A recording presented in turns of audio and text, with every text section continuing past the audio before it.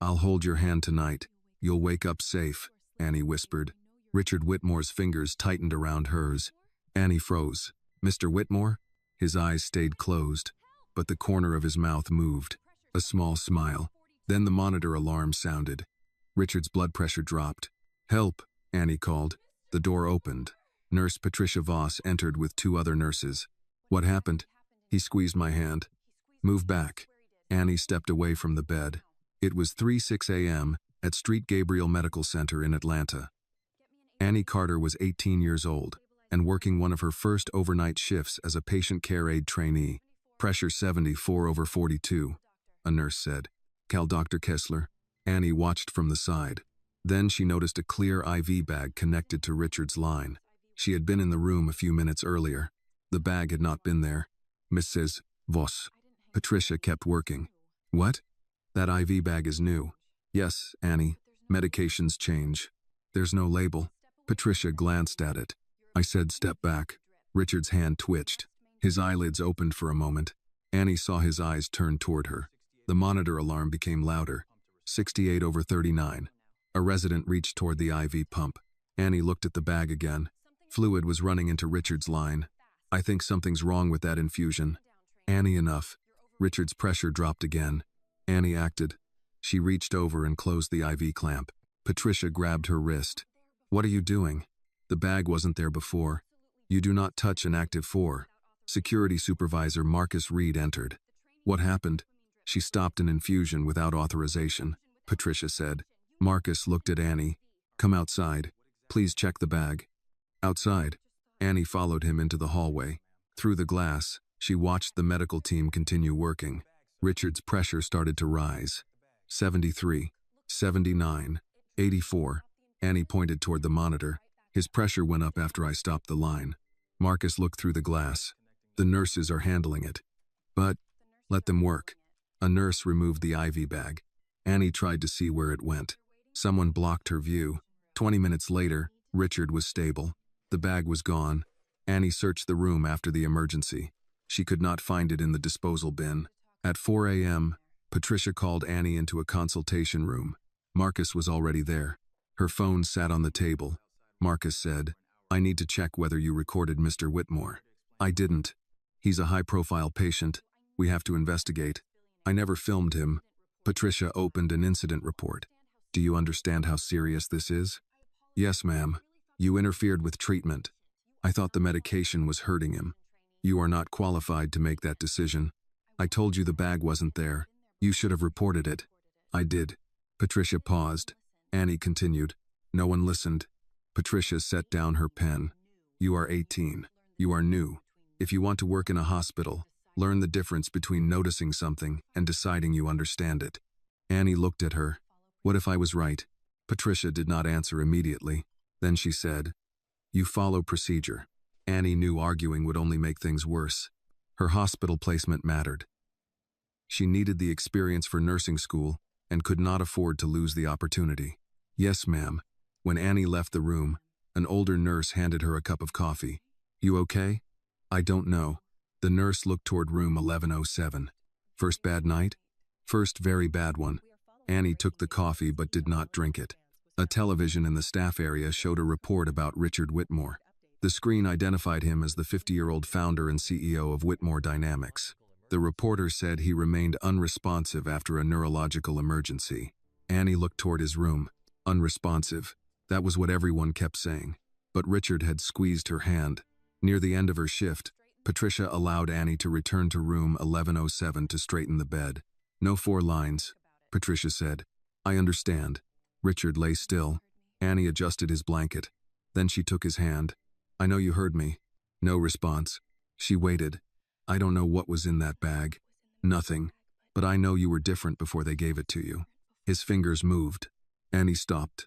Mr. Whitmore, if you can hear me, squeeze once. Nothing happened. She waited. Then Richard squeezed her hand. Once. Annie stared at him. She tried another question. If you understood what I just said, squeeze twice. 1 squeeze. A pause. Then another. Annie looked toward the hallway. No one was watching. Her heart beat faster, but she forced herself to think. 1 squeeze could be a reflex. Two responses to two separate instructions were harder to explain. She leaned closer. Can you hear what people say in this room? One squeeze. Annie swallowed. Are you afraid? Another squeeze. She looked at the IV pole. The unlabeled bag was still missing. Annie lowered her voice. Did something happen to you tonight that shouldn't have? For several seconds, Richard did not move. Then his hand tightened around hers. Once. Annie sat beside him. She no longer thought she had imagined the smile. She no longer thought the first squeeze had been random. Someone had connected an unlabeled bag to Richard Whitmore. His condition had worsened. The bag had disappeared. And the only person who might know what happened could not speak. Annie held his hand. This time, she did not call anyone. By 7 that morning, Annie had decided not to tell anyone about the second test. She changed into her jacket, left Street Gabriel through the employee entrance, and walked 2 blocks to the MARTA station. Her shift had ended, but Richard's answers stayed with her. 1 squeeze for yes, 2 for understanding. That was harder to dismiss than a random twitch. At home, her grandmother was already in the kitchen. Lillian Carter stood at the stove stirring grits with one hand while a gospel station played from a small radio near the window. At 74, she still woke before sunrise even though she had been retired for 6 years. You look terrible, Lillian said. Good morning to you too. I said what I said. Annie dropped her bag beside the table. Lillian set down a plate of eggs, grits, and toast. Eat. I'm not hungry. Then sit there and disappoint me while the food gets cold. Annie sat. For a minute, neither spoke. Lillian watched her granddaughter take 1 bite. What happened? Annie looked up. Nothing. Try again. Annie knew better than to lie twice. There's a patient at the hospital. That usually happens in hospitals. He's supposed to be unresponsive. Supposed to be? Annie pushed the eggs around her plate. I think he can hear people. Lillian stopped stirring her coffee. You think, or you know? I don't know. That's not what I asked. Annie thought about Richard's hand tightening around hers. I asked him questions. And? He answered. Lillian sat across from her. With words? No. His hand. Once? More than once. Lillian waited. Annie told her about the response test but left out Richard's name and the missing IV bag. She was still bound by hospital privacy rules, and Lillian had spent 35 years as a nursing assistant. She would not ask for details Annie should not give. When Annie finished, Lillian said, Did you expect him to move? I hoped he would. That matters. You think I imagined it? I think wanting something can fool smart people. Annie looked down. Then Lillian added, So can refusing to look because somebody younger noticed it first. Annie met her eyes. What do I do? You document what you're allowed to document. You tell the right people. And you don't start believing you're a doctor because one patient squeezed your hand. I know that. I know you know. I'm reminding you anyway. Annie smiled despite herself. Lillian reached for the salt shaker. Annie moved it away. You're not supposed to have that. I raised you. Give me my salt. No. See? 18 years old and already abusing authority. For the first time since leaving the hospital. Annie laughed. It didn't last long. Her phone rang. Sein Gabriel. Annie answered. Hello? Annie, this is Patricia Voss. Annie sat straighter. Yes, ma'am. Your incident review is still open. You're not being removed from the schedule yet. Relief came first. Then Patricia continued. You'll report tonight as scheduled, but you are not to touch Mr. Whitmore's IV equipment or initiate any kind of clinical assessment. I understand. And Annie? Yes?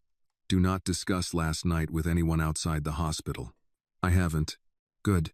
The call ended. Lillian watched her. You still have the job? For now. Then get some sleep. Annie stood. Lillian stopped her before she reached the hallway. Bubby. Annie turned.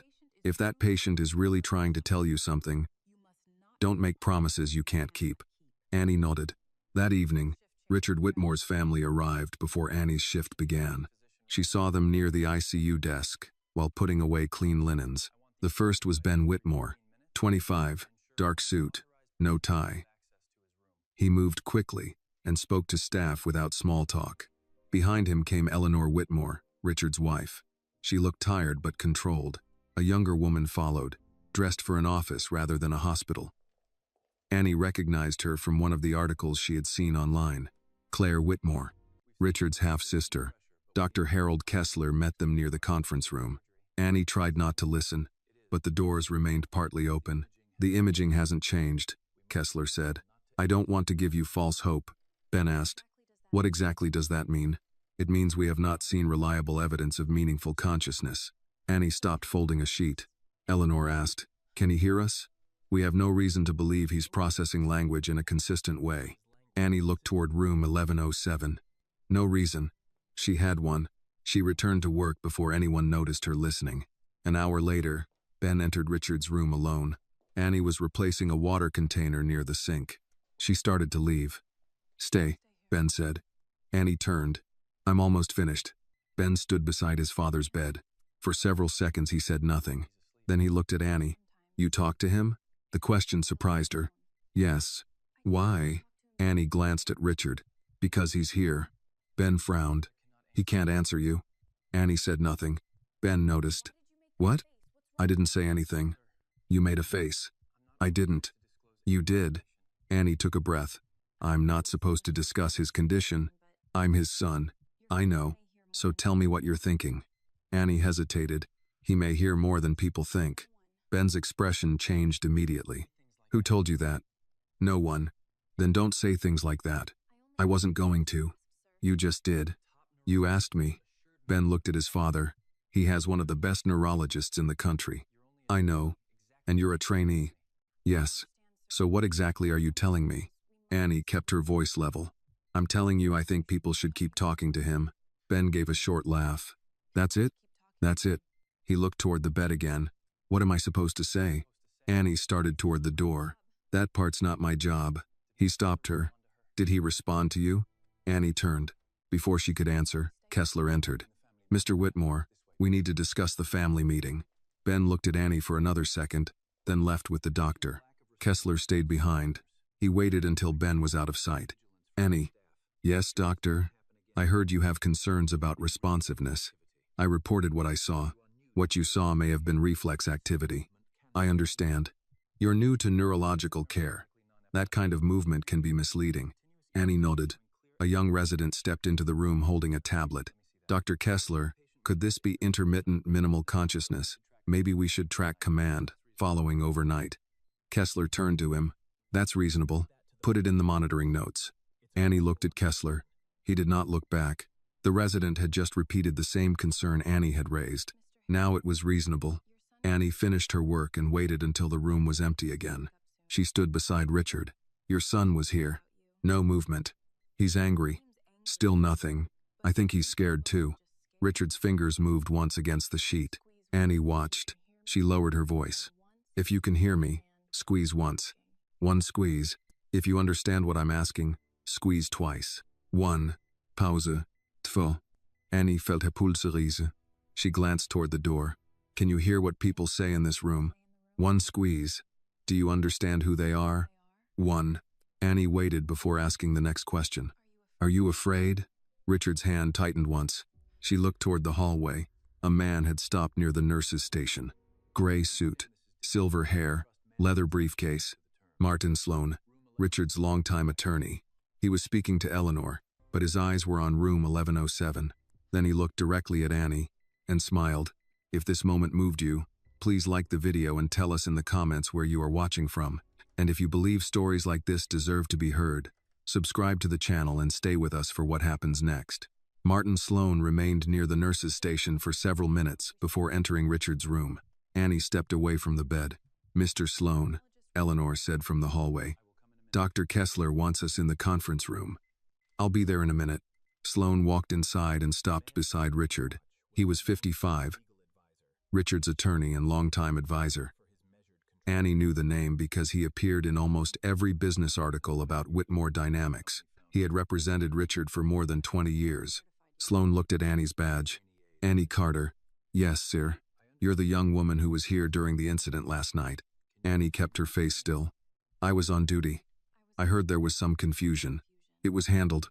Sloan smiled. That's a careful answer. Annie did not respond. He placed a hand on the rail of Richard's bed. Richard always had a way of making people nervous, even when he wasn't speaking. Annie looked at Richard. He may be hearing more than people think. Sloan's smile disappeared for less than a second. Then it returned. Dr. Kessler hasn't said that. I know. Then I'd be careful about giving the family hope. I haven't promised them anything. No? Annie remembered what she had told Richard the first night. Not the family. Richard. Sloane glanced at the monitor, then at her. You seem very concerned about him. He's my patient. You're an aide. Annie met his eyes. He's still my patient. Sloane gave a small nod. Of course. He left. Annie watched him join Eleanor and Ben near the conference room. Richard's fingers moved once against the sheet. Annie looked down. Did you hear that? One squeeze. She waited. Do you trust him? Nothing. Annie tried again. Mr. Sloane, do you trust him? Richard's hand remained still. That answer bothered her more than a squeeze would have. Later that night, Patricia assigned Annie to help with routine care in 3 rooms, including Richard's. Annie followed every instruction. She did not touch the IV pump. She did not test his responses while anyone was present. But she watched. At 1:41 a.m., Richard's eyes moved when Annie entered.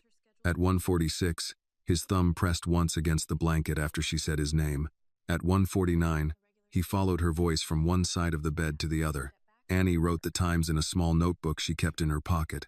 At 2:03, a nurse entered with medication. Annie looked at the syringe. What is that?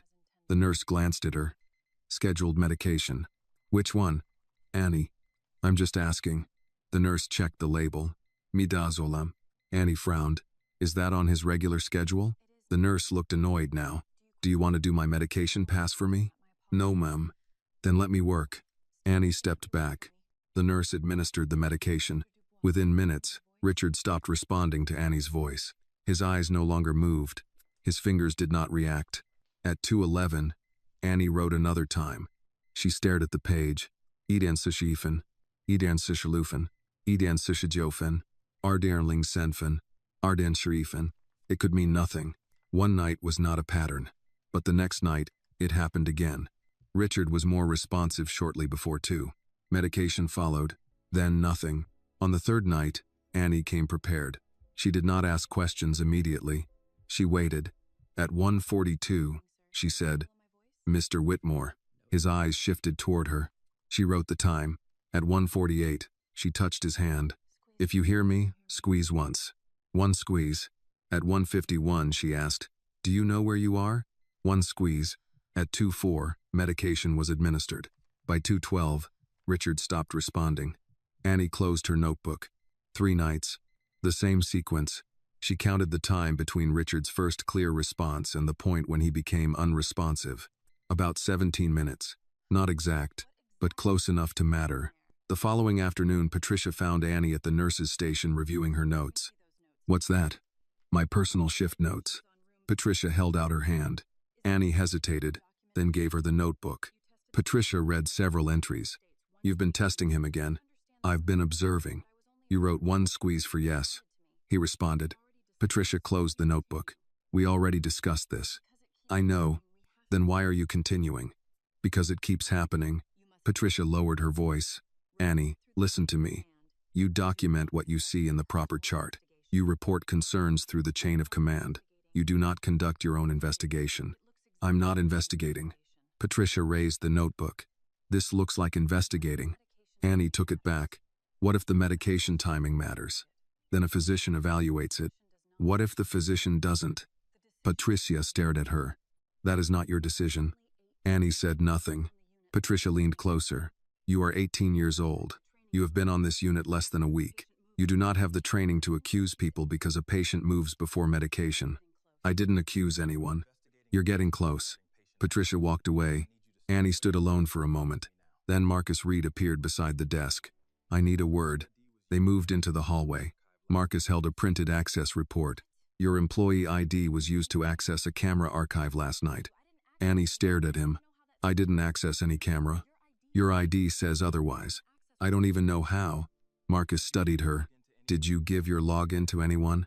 No. Leave your badge somewhere? No. Write your password down? No. He folded the report. Until I figure this out, stay away from security terminals. I already do. Marcus started to leave. Mr. Reed. He turned. Someone used my ID. That's one possibility. What's the other? He looked at her. That you're lying. That evening, the Whitmore family met again. Annie passed the conference room carrying linens and heard Claire's voice. "How long are we going to keep him here like this?" Ben answered. "He's not a package you move because you're uncomfortable." Dr. Kessler spoke next. "The family needs to consider long-term neurological care." Eleanor asked, "How Within 72 hours. Annie stopped walking. 72 hours. After that, Richard would leave Street Gabriel. She might never see him again. That night she entered his room after the hallway became quiet. Richard's eyes moved toward her. Annie took his hand. "I have to ask you something important. One squeeze. Is somebody giving you medication you don't want?" One squeeze. Annie felt her throat tighten. "Is it Dr. Kessler?" "Nothing." "Is it someone in your family?" "Nothing." She changed the question. "Is it someone your family trusts?" Richard squeezed once. Annie looked through the glass. At the far end of the corridor, Martin Sloan stood alone. He was not speaking to anyone. He was watching room 1107. Watching Annie. Then he checked his watch. Annie looked at the clock above Richard's bed. 7:45 a.m. Richard's 17-minute window had already begun. Martin Sloan stayed at the end of the corridor for another minute, then walked away without entering Richard's room. Annie looked down at Richard's hand. "Did you know he was there?" One squeeze. She glanced at the clock again. 7:7 a.m. 15 minutes, maybe less, before the medication window. Annie lowered her voice. "Do you want me to tell your son?" Richard's fingers did not move. "Your wife?" Nothing. She tried once more. "Do you want me to keep watching?" One squeeze. That was enough. The next morning, Annie found Ben Whitmore standing alone beside a vending machine outside the family conference room. He held a paper cup of coffee but had not touched it. Annie almost walked past. "Mr. Whitmore?" Ben looked up. "What?" "I need to ask you something." His expression changed immediately. "About my father?" "Yes." He glanced toward the nurse's station. "Go ahead. Did he have any problems with Martin Sloan before he got sick?" Ben stared at her. "Why are you asking that?" "I'm trying to understand something. You're supposed to be caring for him, not investigating his attorney." "I know." "Then what happened?" Annie hesitated. She could not tell him everything without crossing another line. "Your father reacts differently when certain people are around." Ben gave a short laugh. "You're reading body language from a man in a coma now?" "I didn't say coma." "That's what the doctors say. Doctors have been wrong before." Ben's jaw tightened. "You really believe you know something they don't?" "No. I think I noticed something they haven't explained." Ben looked toward Richard's room. "Sloan has been with my father for more than 20 years. I know. He handled our contracts, trusts, acquisitions, lawsuits. He was at my mother's funeral. He came to my high school graduation when my father was stuck overseas." Annie said nothing. Ben continued. "If you're trying to tell me Martin is dangerous, you're going to need more than a feeling." "I agree." That answer seemed to surprise him. Ben took a sip of coffee and made a face. "This is terrible." Annie almost smiled. "It's hospital coffee. Does everybody just accept that?" "Apparently." For a second, the tension eased. Then Ben looked at her again. "What exactly have you seen?" Annie chose her words carefully. "Your father seems more responsive before some medications. Afterward, he doesn't respond at all." Ben stopped moving. "Which medications?" "I'm not qualified to say what they mean." "That wasn't my question." "I know." "Annie." She met his eyes.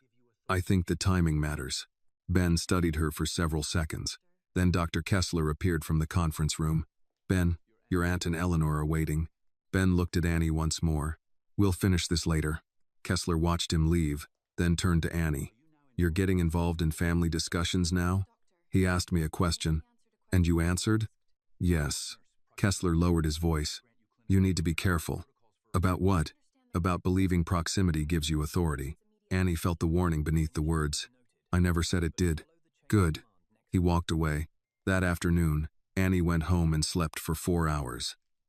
When she woke, Lillian was at the kitchen table sorting prescription bottles into a weekly pill organizer. Annie opened the refrigerator. "You eat?" "Half a turkey sandwich." "That's not dinner." "It was at 3. That makes it late lunch." Annie took out leftover fried chicken and put it in the microwave. Lillian watched her. "You're thinking about that patient again." Annie closed the microwave door. "How do you know?" "You've reheated the same piece of chicken twice and still haven't pressed start." Annie looked down. Lillian smiled. "Sit." Annie sat. I think someone he trusts may be involved. Lillian's expression changed. You know that? No. Then don't say it like you do. Annie nodded. I have a pattern. That's all. That's more honest. Annie leaned back. What if I'm right and everybody waits too long? Lillian looked at her pill organizer. When I started working, hospitals still kept half their records on paper. People thought machines would fix mistakes. She closed one compartment. Machines don't fix people being afraid to speak. You think I should speak? I think you should know what you can prove before you accuse somebody who can afford 10 lawyers. Annie smiled faintly. Probably 20. Then be twice as careful. Before Annie left for work, Lillian handed her a container. What's this? Chicken, green beans, cornbread. I can buy food there. You can buy something called food there. Annie kissed her cheek. Thank you. Call me when your shift ends. Yes, ma'am. Back at Street Gabriel, the Whitmore family was already in another meeting. Annie passed the conference room and heard Claire's voice. We keep pretending this is temporary. Ben answered. He's been here less than 2 weeks. And nothing has changed. Eleanor spoke quietly. Stop. Dr. Kessler opened a folder. We need to discuss transfer options. Long-term neurological care would give him specialized support outside the ICU. Ben said. You mean move him somewhere nobody sees him? That's not what I said. Sloane sat beside Eleanor. We should at least understand the legal implications. Ben looked at him. Legal implications for who? Sloane remained calm. For Richard. For the family. For the company. Annie kept walking, but the last word stayed with her. Company. Later, Ben found her near the supply room. You asked about Sloane this morning. Annie nodded. My father had a board meeting scheduled the day after he collapsed. What kind? Restricted. About what? I don't know. Sloane says it was routine. You believe him? Ben looked toward the conference room. I did. That night, Annie showed her notebook to Grace Holloway, a nurse who had worked at Street Gabriel for 26 years. Grace read the times twice. You wrote these as they happened? Yes. No guessing afterward? No. Grace tapped the page. Same pattern 3 nights. That's what I'm saying. Grace looked toward Richard's room. This doesn't prove anybody is hurting him. I know. But it proves the pattern is worth checking. Annie felt some pressure leave her chest. So what do? We do it correctly. Grace explained that if they wanted a blood sample reviewed independently, Annie could not collect it. It had to be obtained by licensed staff under proper procedure. Ben contacted Dr. Rebecca Hale, an independent neurologist he knew through a former Whitmore board member. Hale agreed to review the case if they could provide legitimate clinical data. By midnight, the transfer decision had been narrowed. Richard would leave Street Gabriel within 72 hours. By 1:50 a.m., Grace obtained a properly authorized blood sample during Richard's responsive window. Annie watched the tube go into the collection bag. For the first time in days, she felt they had something that could not be explained away by a smile, a squeeze, or her age. Grace sealed the sample. If this shows nothing, you accept that. I will. And if it shows something? Annie looked through the glass at Richard. Then somebody has a lot to explain. Grace carried the sample away. Annie stayed beside Richard. What she did not know was that by morning, the evidence they had fought to collect would no longer belong to them, and Martin Sloane would already be preparing to explain why it should never be trusted. By 8 the next morning, Annie's face was on television. She saw it first on a muted screen near the hospital cafeteria. A local news anchor stood beside a still image taken from a video inside Richard's room. Annie stopped walking. The image showed her sitting beside Richard, holding his hand. A caption appeared beneath it. Teen hospital worker claims she can wake billionaire. Her stomach dropped. Grace came up beside her. What is that? I don't know. The video started.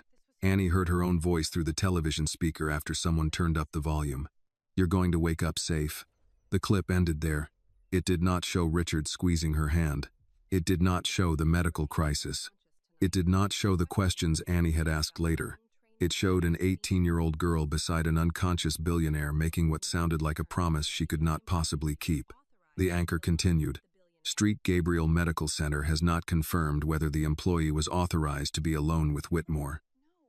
The clip has already received more than 2 million views. Grace looked at Annie. Did you record this? No. You're sure? Annie turned to her. You too? Grace shook her head. No. I'm asking because everyone else is about to. Annie looked back at the screen. Another headline appeared. Compassion or con.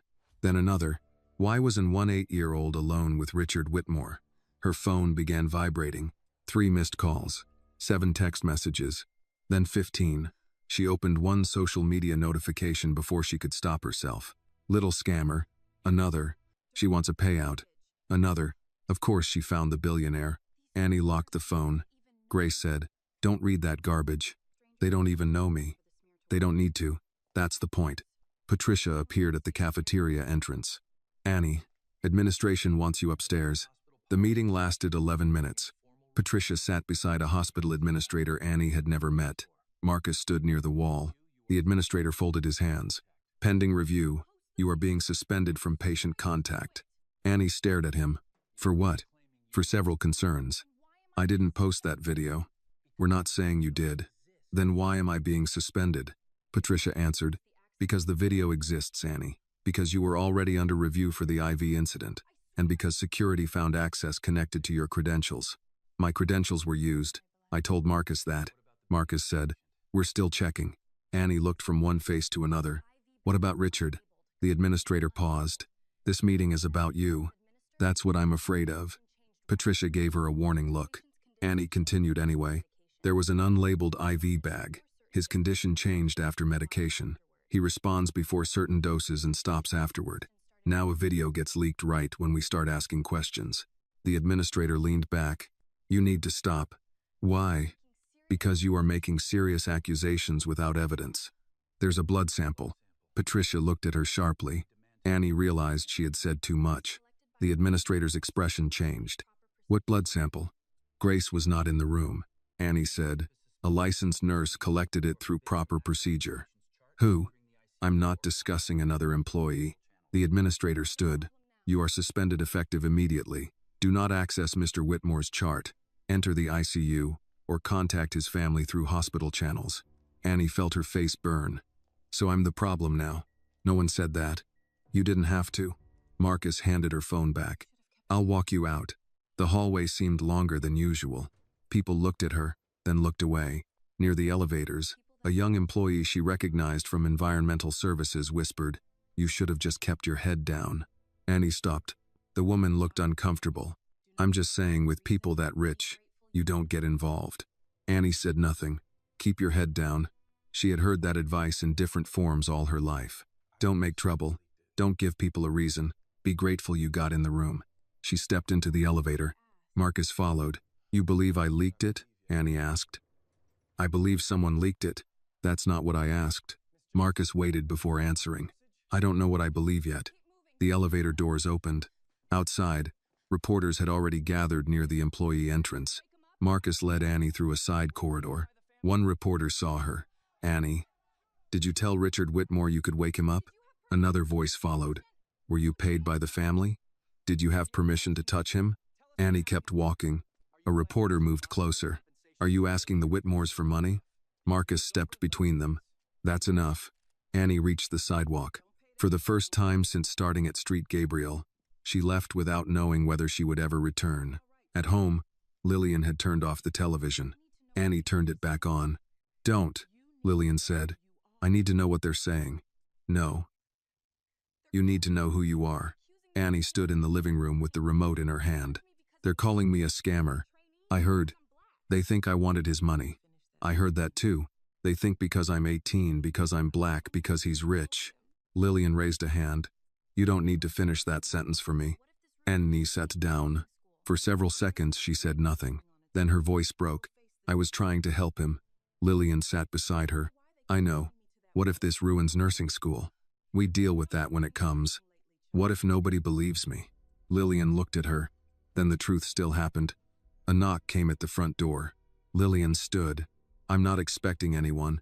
She opened it and found no one there. Only a large envelope on the porch. No stamp. No name. Lillian brought it inside. Annie opened it. A photograph slid onto the table. It showed Annie walking home from the MARTA stop the previous afternoon. On the back, 4 words were written in black ink. "You can't protect everyone." Annie read it twice. Then she looked at her grandmother. For the first time, the fight no longer felt like it belonged inside a hospital. Lillian locked the front door. Annie walked to her bedroom and pulled her work shoes from the closet. She placed them in a box. I'm done. Lillian stood in the doorway. You sure? They know where we live. Lillian did not tell her to be brave. She did not tell her Richard needed her. She said, you're allowed to choose your family. Annie closed the box. That made it harder. A few minutes later, someone knocked again. Neither woman moved. Then a man's voice called from outside. Annie, it's Ben Whitmore. Annie looked at Lillian. Ben spoke again. I know you didn't leak the video. Annie opened the door. Ben stood on the porch holding a laptop and a folder. He looked past her toward the photograph on the table. His expression changed. What happened? Annie did not answer. Ben lifted the folder. I found the original footage. She looked at him, and whoever leaked it had access you never had. Annie slowly stepped aside. For the first time since leaving Street Gabriel, she understood one thing. Someone had not merely tried to embarrass her. Someone had needed the world to stop believing her. Ben stepped into the Carter house and stopped just inside the doorway. Lillian looked at his shoes. Take those off. Ben blinked. Ma'am? You heard me. I just cleaned that floor. Annie almost laughed. Ben looked down at his shoes, then removed them without argument. Lillian pointed toward the kitchen. Coffee? No, thank you. You sure? Yes, ma'am. Good. Mine's better than whatever they sell at that hospital. Ben carried his laptop to the table. Annie followed, still holding the photograph from the envelope. He saw it again. Who took that? I don't know. When? Yesterday. Ben's expression changed. Did you call the police? Not yet. You should. Lillian sat across from him. She was about to walk away from all of this. Ben looked at Annie. I wouldn't blame you. Then why are you here? Because whoever leaked that video didn't use your account. He opened the laptop. The full security recording appeared.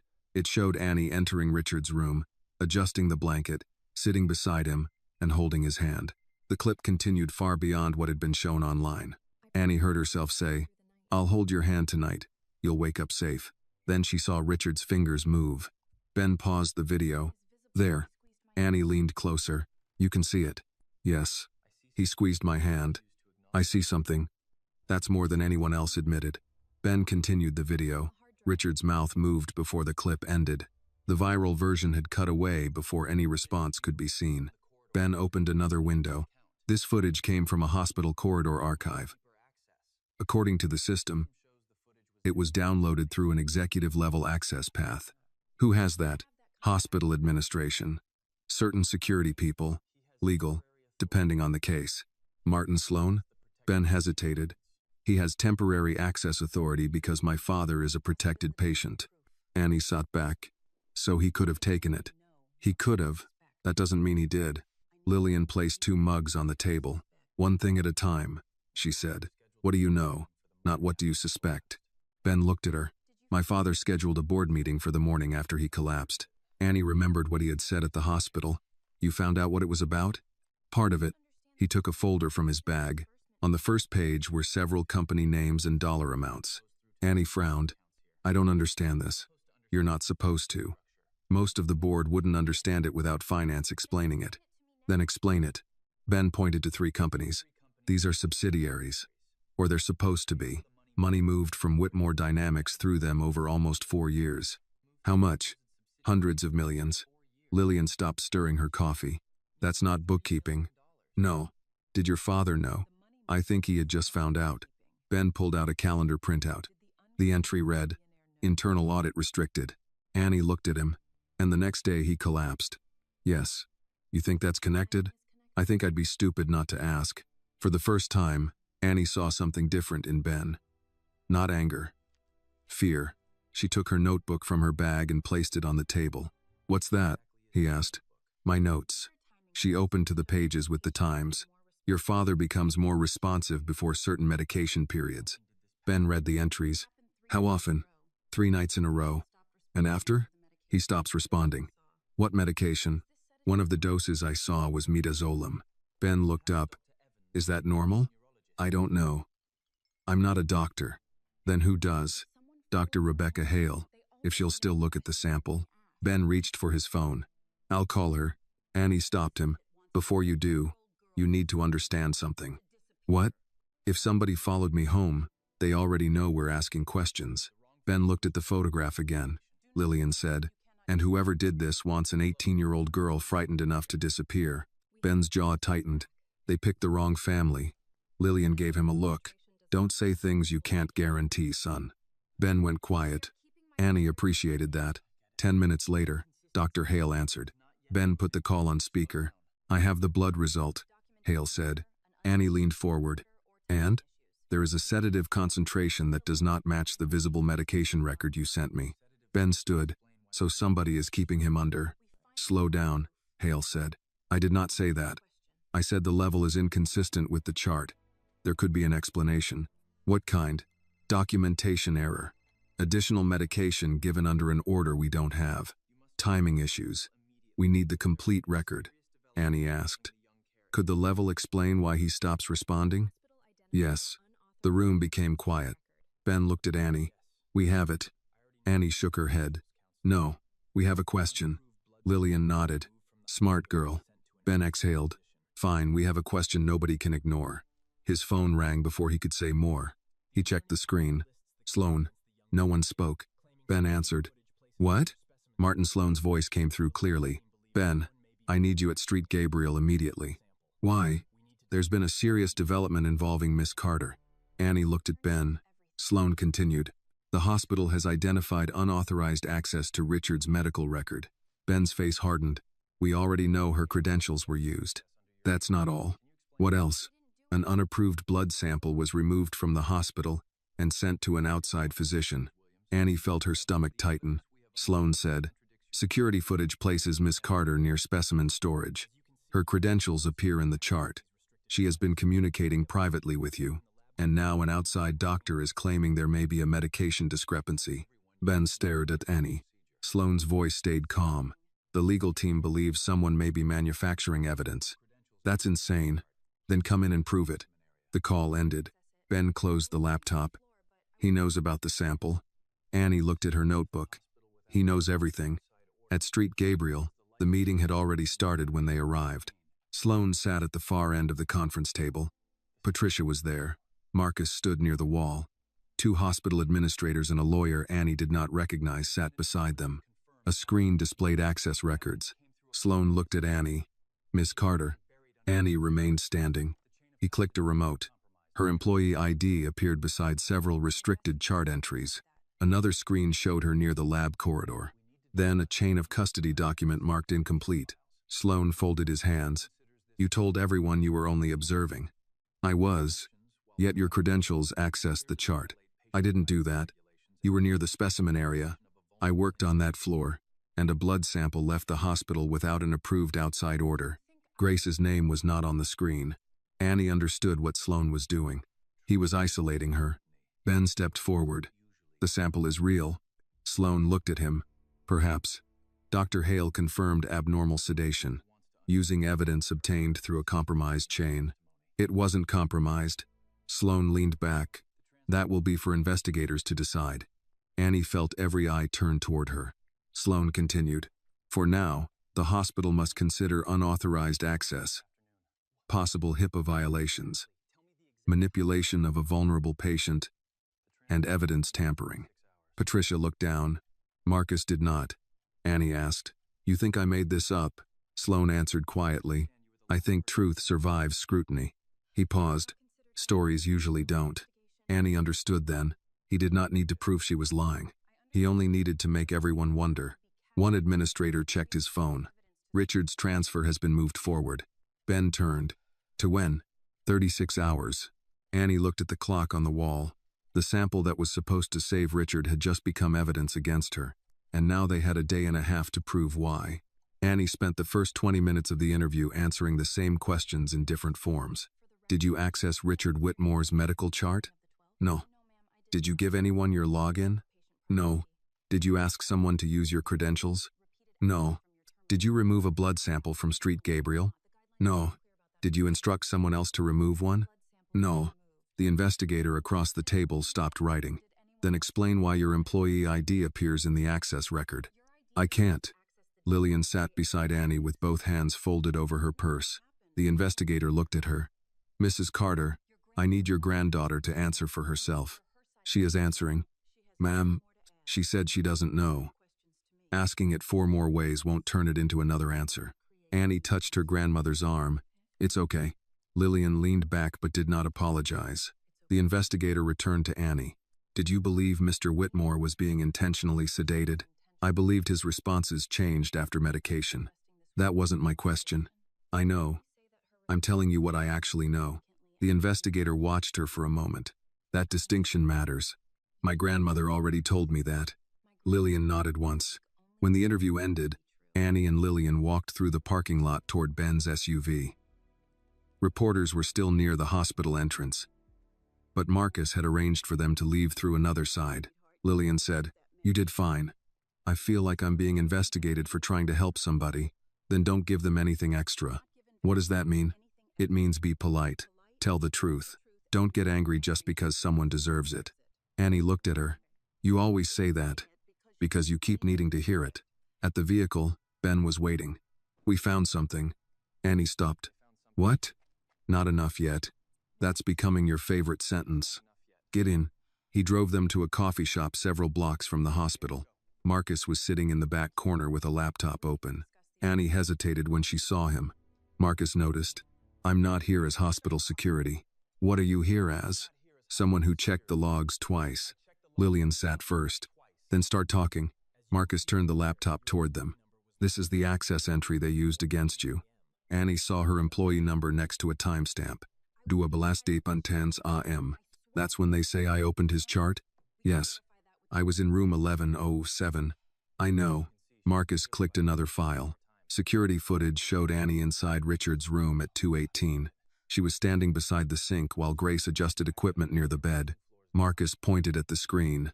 The terminal used to access the chart is 2 floors down. Ben said, so she couldn't have done both. No. Annie leaned closer.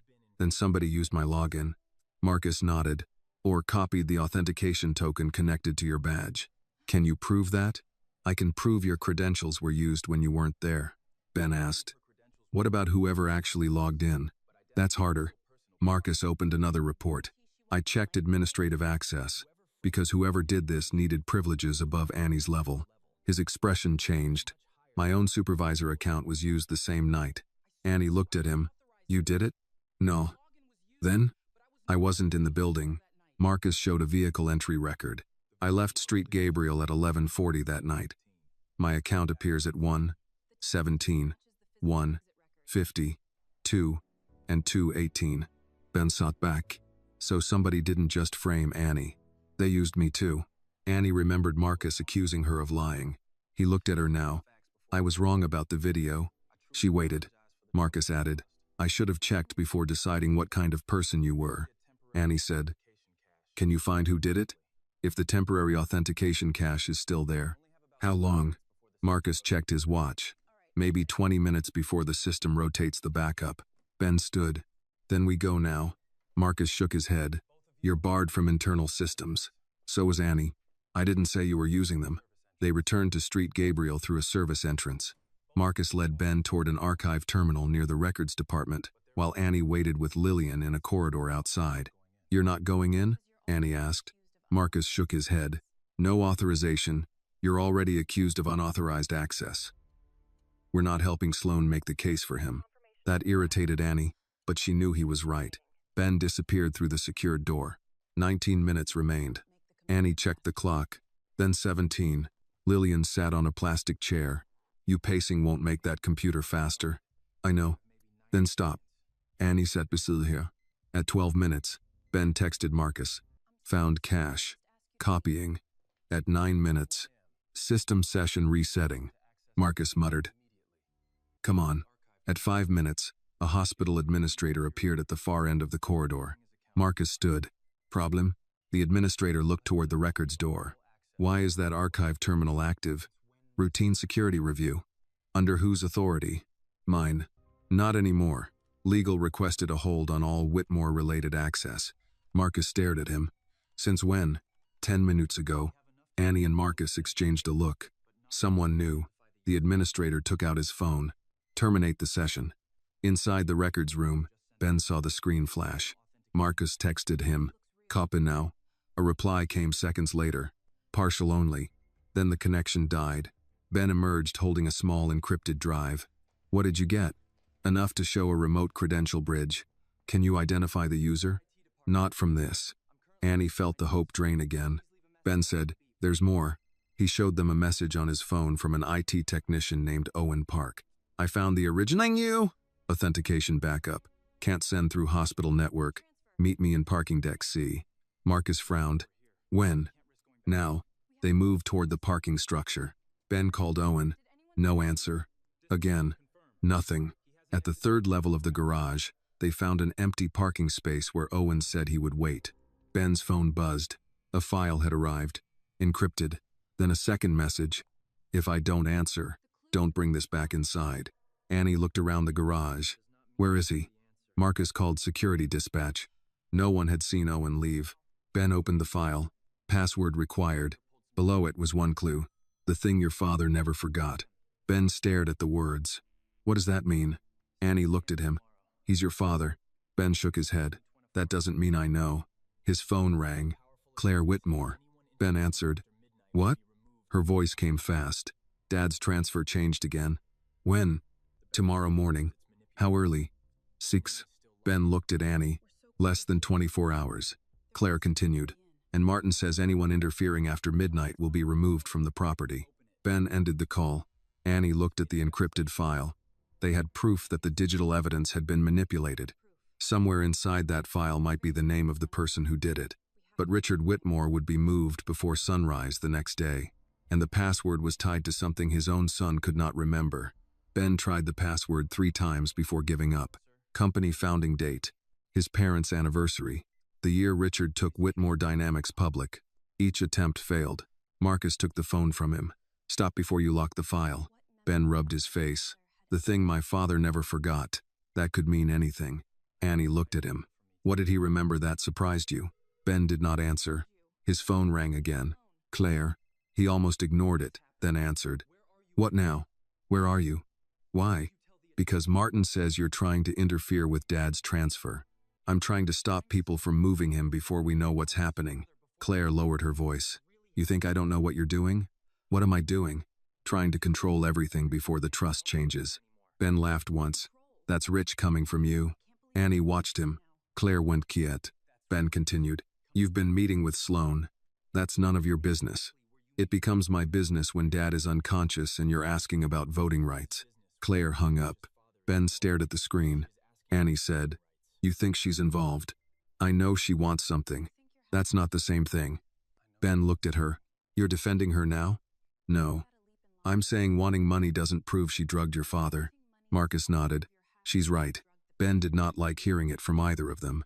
An hour later, he found Claire at Street Gabriel near the family waiting room. Annie stayed several feet away with Marcus. Ben did not ease into the conversation. How long have you been meeting with Sloan? Claire crossed her arms. You brought her back? Answer me. 3 weeks. Before Dad collapsed? Yes. Ben stepped closer. About what? The trust. Annie saw the answer hit him. Claire continued. I wanted a voting seat. Dad kept putting me off. So when he goes incapacitated, you get one. Possibly. And you thought that was worth pushing the transfer? I thought keeping him in an ICU wasn't helping anybody. Ben shook his head. You sound exactly like Sloan. Claire's face changed. What are you accusing me of? Did you know Dad was being sedated beyond what the chart showed? No. Did you know someone used Annie's credentials? No. Did you leak the video? No. You expect me to believe all that? Claire looked past him at Annie. So this is about her now? Annie stayed quiet. Claire turned back to Ben. I wanted a seat at the table. I wanted influence.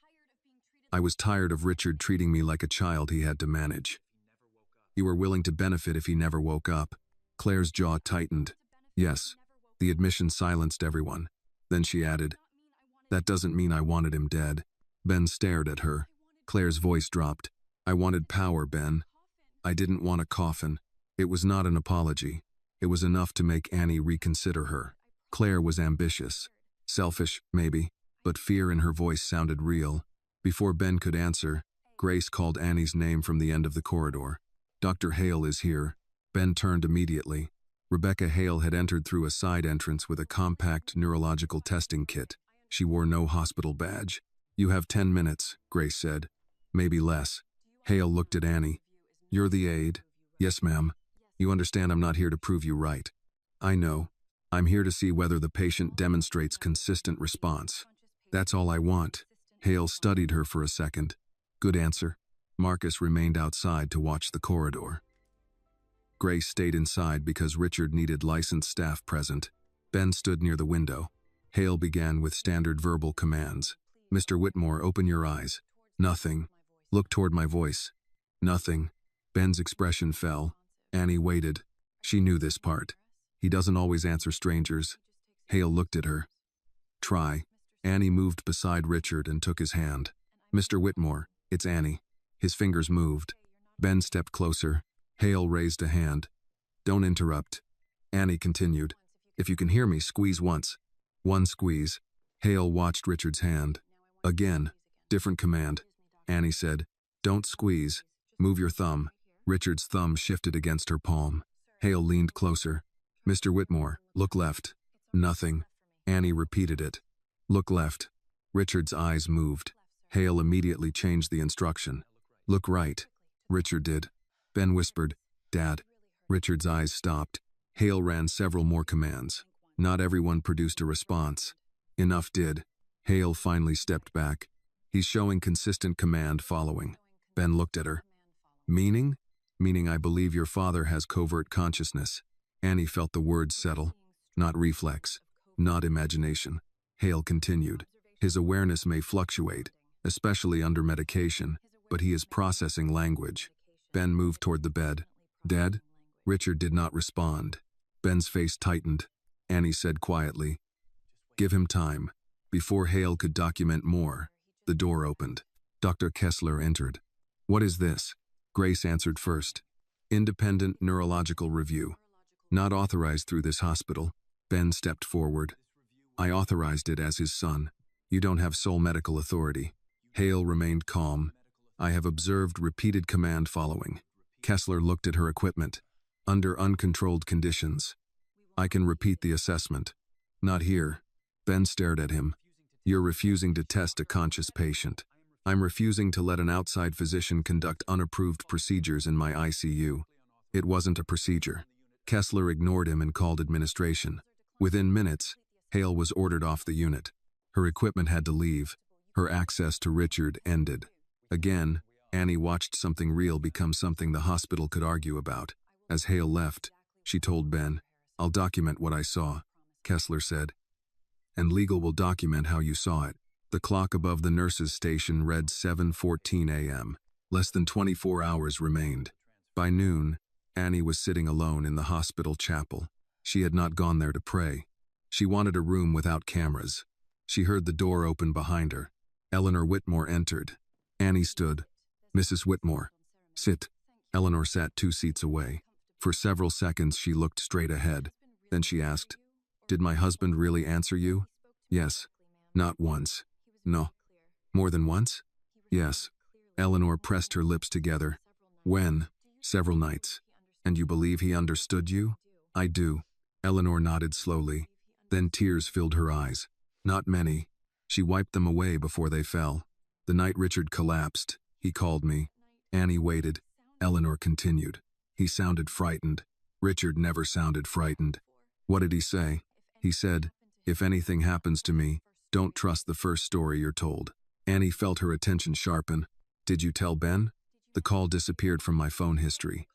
I thought maybe I remembered it wrong. But you don't anymore. Eleanor shook her head. My father died 12 years ago. After that, I started saving voicemails automatically to an old home server. I couldn't stand losing people's voices. Annie looked at her. You still have Richard's message. I checked this morning. Eleanor took out her phone. There's more. She played the recording. Richard's voice was weak, hurried. If anything happens to me, don't trust the first story you're told. A pause. Then 3 more words. Red folder, Mercer, safe. The message ended. Annie looked at Eleanor. What's Mercer? Eleanor stood. Richard's lake house. For the first time since the hospital turned Annie into the problem, someone inside Richard's own family had brought them something Sloane had not controlled. And whatever Richard had hidden at Mercer, he had expected someone to need it. Eleanor drove. Ben sat beside her, and Annie took the back seat with the red voicemail still playing in her head.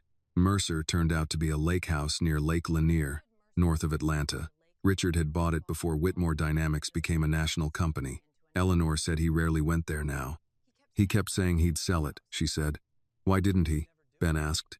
He always found a reason not to. Ben looked out the window. Annie noticed the change in him. He had spent days talking about Richard like a man who had failed him. Now every new piece of evidence suggested his father had been thinking about danger before anyone else understood it existed. The house sat behind a locked gate on a wooded road. Eleanor entered the code. You still have access? Annie asked. It's marital property. Ben looked at her. And Sloan knows that? He knows almost everything. Comforting. They went inside. The house was smaller than Annie expected. No marble floors, no staff, no walls covered with awards. A framed Little League photograph stood on a shelf beside an old Whitmore Dynamics coffee mug. Ben stopped. He picked up the photograph. Richard was younger, standing behind a boy in a baseball uniform. Ben, you okay? Annie asked. He missed the championship game. Annie waited. Ben turned the frame over. On the back, Richard had written, Ben age 10, first home run. Ben read it twice. He remembered that? Eleanor looked at him. Your father remembered more than he knew how to say. Ben put the frame back. We're not here for family therapy. No, Eleanor said, but maybe you are going to need some later. Annie moved toward the study. Red folder. Eleanor nodded. If there's a safe, it'll be in here. The office had not been updated in years.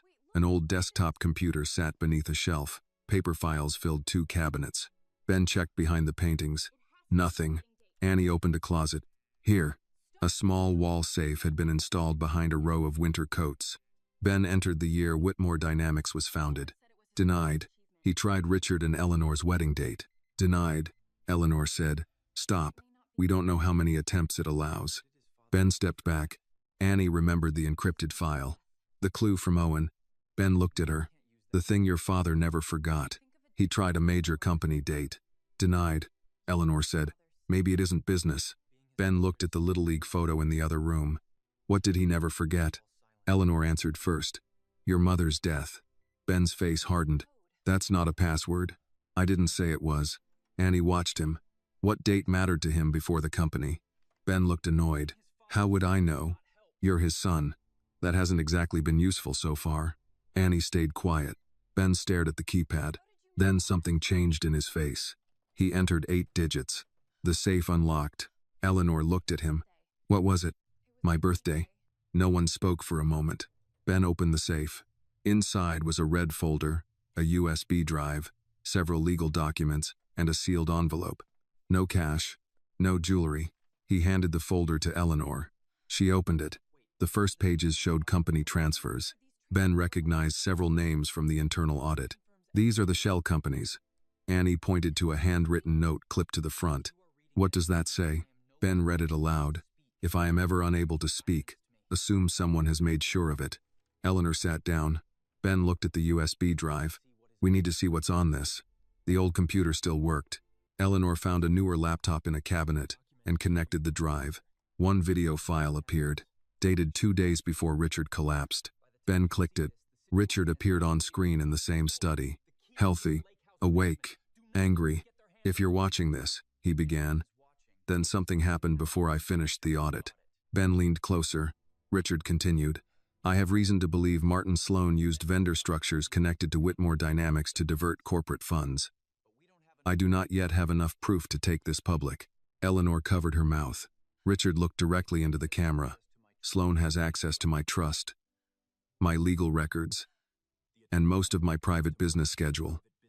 If I confront him, and something happens to me, do not assume coincidence. Ben whispered. He knew. The video continued. There is one more thing. If I become incapacitated and later regain any ability to respond, I may appear less aware than I actually am, until I know who is watching. Annie looked at Ben. Richard had planned for this, not perfectly, not because he expected to spend days trapped in his own body. But enough, Richard said. If I answer the wrong person too early, I may not get a second chance. The video ended. Ben stood, so every time he didn't answer me. Annie shook her head. Not every time. Dr. Hale said his awareness fluctuates. The medication matters. But some of it was deliberate. Yes. Ben walked away from the laptop. He answered you. Annie looked at the dark screen. Yes. He barely knew you. I know. Ben turned. Why? Annie thought about the first night. She had not asked Richard about money. She had not asked about the company. She had not asked him to trust her. She had only stayed. Maybe because I didn't want anything from him. Eleanor opened the sealed envelope. Inside was a copy of Richard's trust agreement. Several pages had been marked. Ben joined her. This section is about incapacity. Eleanor read quickly, then stopped. What? She handed it to him. There's an emergency clause. Ben read it. If there is credible evidence of coercion, disputed cognition, or medical manipulation, any transfer or incapacity action must be paused pending independent review. Annie stepped closer. That can stop tomorrow's transfer? If we can trigger it properly. Ben checked the time. 10:37 p.m. His phone buzzed. A message from Claire. Transfer confirmed for Chasse. 0A. Emma. Ben looked at Eleanor.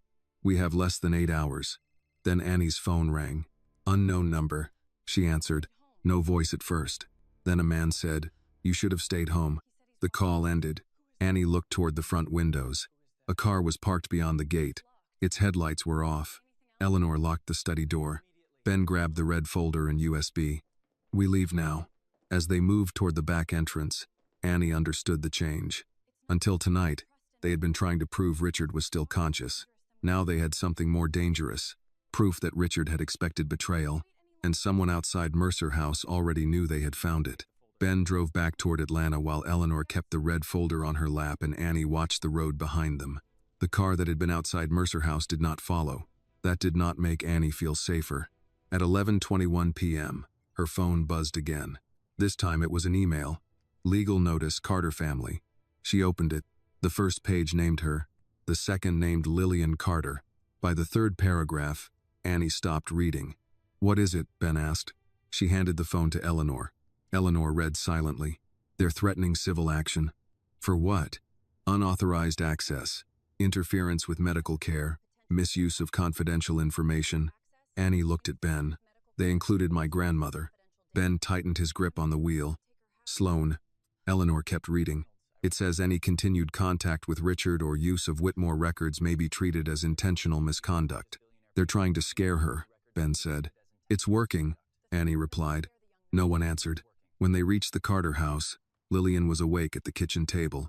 She had already received a printed copy by courier. The envelope sat beside her reading glasses. Annie stepped inside. You got it. Lillian nodded. I read it twice. You should have called me. You were busy. Grandma, they're threatening the house. I saw that part. Annie dropped her bag. This has gone too far. Ben stayed near the doorway. Lillian looked at him. You hungry? Ben blinked. No, ma'am. That wasn't a real answer. I'm fine. People who say they're fine at midnight usually aren't. She stood and opened the refrigerator. Annie stared at her. Grandma. What? Can we not do this right now? Lillian closed the refrigerator. Then sit down. Annie remained standing. They can sue us. They can file paper. They can take everything. Maybe. Annie looked at her. You're not scared? Lillian was quiet. Then she said, Of course I'm scared. That stopped Annie. Lillian folded the legal notice. I spent 35 years working for what little I have. This house is paid for. Your mother grew up here. You grew up here. I don't like seeing a lawyer's name on a paper suggesting someone can take it. Annie's eyes filled. Then I'm done. No. You just said. I said I'm scared. I didn't say you were done. Annie shook her head. I'm 18. Sloan has lawyers who have lawyers. He can make anything look wrong. Lillian looked at her. He has money. Don't confuse that with owning the truth. What if truth isn't enough? Then make it stronger. Ben stepped closer.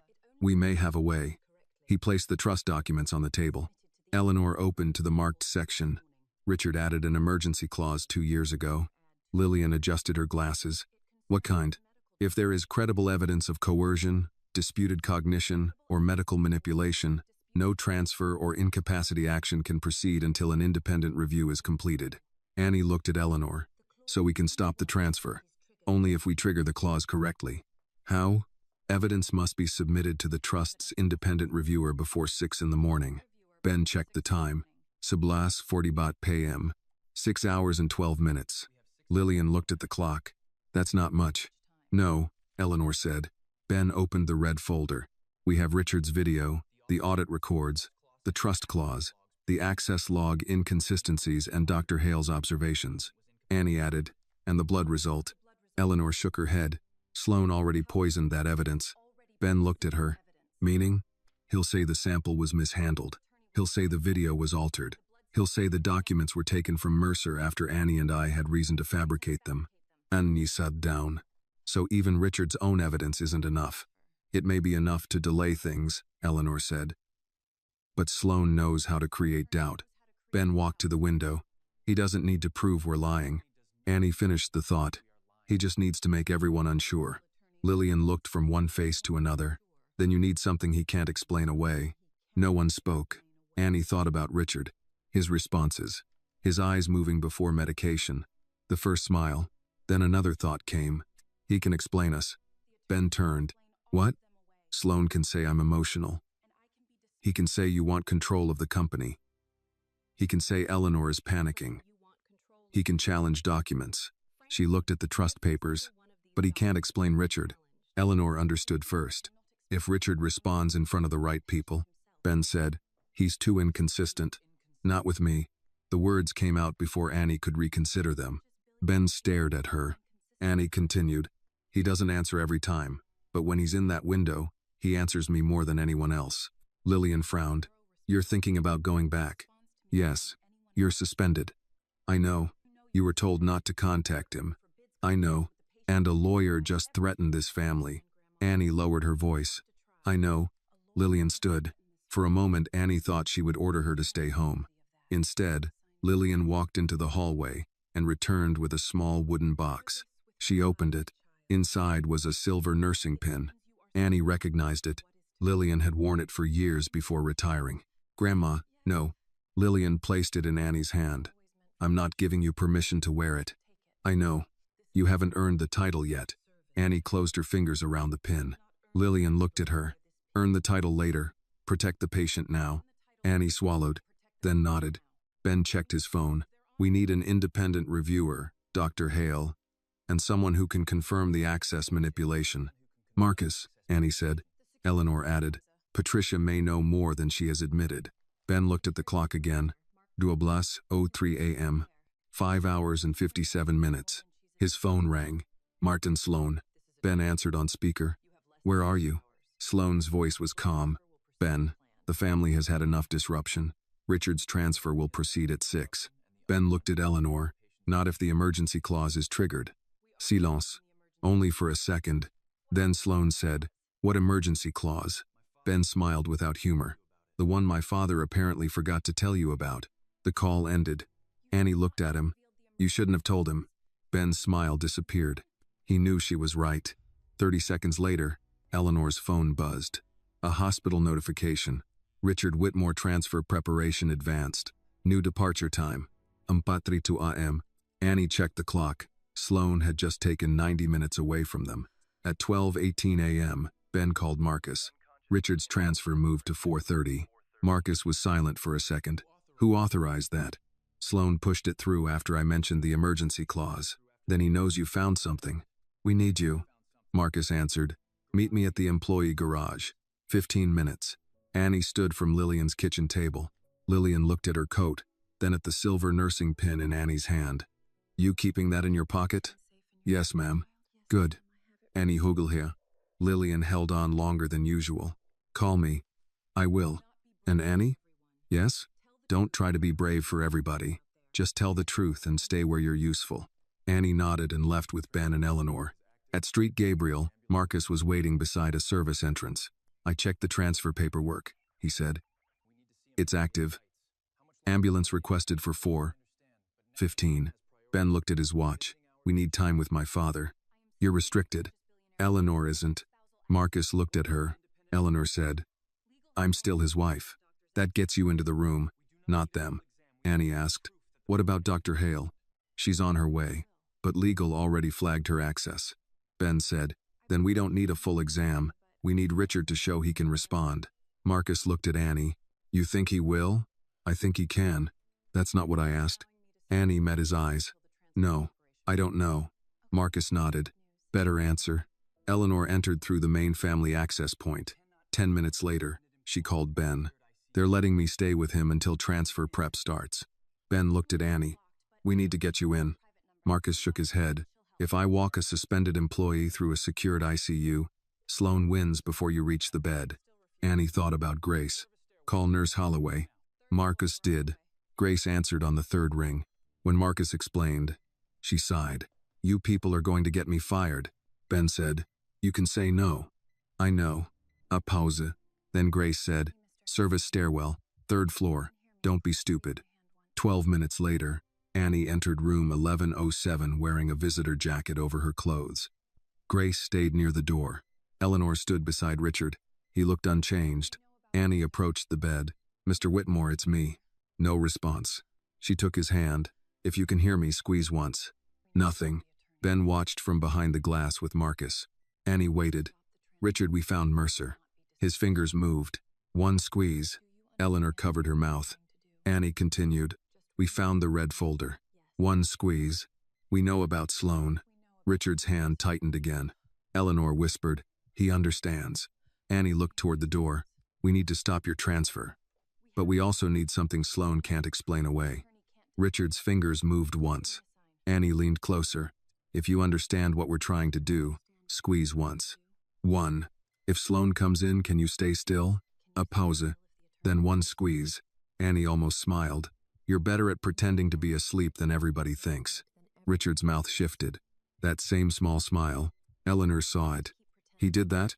The first night. Annie looked at Richard. We need him to think you're still helpless. One squeeze. Eleanor straightened. I'll call Martin. Ben entered the room. No. Everyone looked at him. If Sloan comes in and suspects anything, he'll move Dad immediately. He already is, Eleanor said. That doesn't mean we hand him a reason. Annie said, we need him to talk. Ben shook his head. What if Dad can't hold still? Richard squeezed Annie's hand once. Ben stared at him. Annie said, I think he just answered you. Ben stepped closer to the bed. Dad? Richard did not respond. Ben's face tightened. Annie understood. He may still be choosing who he answers. That's comforting. It might be keeping him alive. Ben looked away. Eleanor took out her phone. I'm calling Sloan. She stepped into the hall. When she returned, her voice was controlled. He's coming. How long? Marcus asked. 10 minutes. The clock read 12:49 a.m. The emergency clause deadline was still hours away. But Richard could be moved long before then. They prepared quickly. Marcus contacted an investigator he trusted outside hospital administration and explained that they might obtain statements relevant to possible coercion. He warned everyone not to turn the room into an illegal surveillance setup. A recording device was placed with Eleanor's consent to document her own conversation. Annie moved behind the bathroom door with Ben. Grace returned to the nurse's station. Richard lay still. At 1:02 a.m., Martin Sloan entered. He looked at Eleanor. You said Ben finally agreed to step back. He's tired. And Annie? Gone. Sloan looked toward Richard. Good. He walked to the bed. For several seconds, he said nothing. Then he adjusted Richard's blanket. Annie could see only part of him through the narrow gap. Sloan said, You always hated losing control. Richard did not move. Eleanor asked, Did he know about the money? Sloan looked at her. What money? The audit. A pause. Then Sloan smiled faintly. Ben has been filling your head. I found Richard's papers. That changed him. Not much. Enough. What papers? Mita said. Sloan's eyes moved toward Richard. So you went there? Yes. That was a mistake. Eleanor said. Why? Sloan walked closer to Richard. Because Richard had a habit of seeing betrayal where there was disagreement. The shell companies? Sloan's jaw tightened. He was going to tear apart 23 years of work over transactions he didn't understand. Eleanor said nothing. Sloan continued. He should have retired when I told him. Annie looked at Ben. Ben's face had gone still. Eleanor asked, And Dr. Kessler? Sloan glanced at her. Kessler did what was necessary to keep this from becoming worse. What was necessary? Sloan did not answer directly. The company needed stability. The trust was designed for exactly this situation. Eleanor said, Richard never wanted you controlling it. Sloane leaned toward the bed. Richard wanted control of everything. His voice dropped. And look where that got him. Richard stayed perfectly still. Annie could barely breathe. Then Sloane stopped. His eyes moved toward a shelf. A tiny red indicator reflected in the glass of a framed picture. He walked over, picked up the recording device. The room changed. Sloane looked at Eleanor. You're recording me. She did not deny it. He turned toward the bathroom door. Ben. No one moved. Sloane pressed the nurse call button, then took out his phone. Move the transfer now. Annie stepped out. Sloane saw her. For the first time, his calm disappeared. You. Ben came out behind her. Sloane said into the phone, I want Whitmore downstairs immediately. Marcus entered. You can't move him without updated clearance. Sloane held up the device. This entire encounter was staged. Eleanor said, You just admitted. I admitted nothing. The lights flickered. Then the corridor outside went dark. Emergency lighting came on. Marcus looked toward the door. What happened? His radio crackled. Security access reset on 11. Transfer team moving. Ben looked at the clock. Sadu Deblati 17 a.m. Sloane had not merely discovered the trap. He was accelerating everything. Richard had stayed silent exactly as planned. Now they had to reach him before that silence became permanent. The emergency lights came on before anyone moved. Marcus checked his radio. Transfer team is already on 11. Ben stepped toward Richard's bed. Then stop them. I can slow them down. I can't invent authority I don't have. Sloane slipped the recorder into his coat pocket. You've all crossed enough lines tonight. Eleanor faced him. Give that back. It belongs to the legal review now. It belongs to me. I recorded my own conversation. Sloane ignored her and moved toward the door. Marcus blocked him. Where are you going? To make sure Mr. Whitmore is transferred without further interference. You're not medical staff. No, I'm the attorney acting under the authority of his incapacity documents. Ben said, documents he prepared because he didn't trust you. Sloane looked at him. Then submit them in court. A transport nurse appeared with 2 orderlies. We have a transfer order for Richard Whitmore. Patricia Voss arrived behind them carrying a tablet. No. The transport nurse looked at her. We were told to move him now. Patricia read the order. This says 4:30. It was advanced. By whom? Administration. Patricia looked at Sloane. He said, there are security concerns on this floor. Patricia turned back to the transport team. Then the patient stays until I confirm the order. Sloane's voice hardened. You are delaying an authorized medical transfer. I'm verifying it. You verified it earlier. Earlier, nobody shut down half my floor during an active patient dispute. For the first time, Annie saw Patricia challenge him without checking who might be watching. Sloane took out his phone. I'll call the administrator. Call whoever you want. Patricia walked to the main elevator and keyed in a hold. The doors locked. An administrator called her almost immediately. Patricia answered. Yes. She listened. No, I have not released the elevator. Another pause. No, sir. I'm aware of the transfer authorization. Her face tightened. Then she said, I'm also responsible for this patient until he leaves my unit. The voice on the phone became loud enough that Annie could hear it from several feet away. Patricia ended the call. Ben asked, what did he say? That my promotion review is next month. Annie looked at her. Patricia gave a short laugh. Apparently that's supposed to matter right now.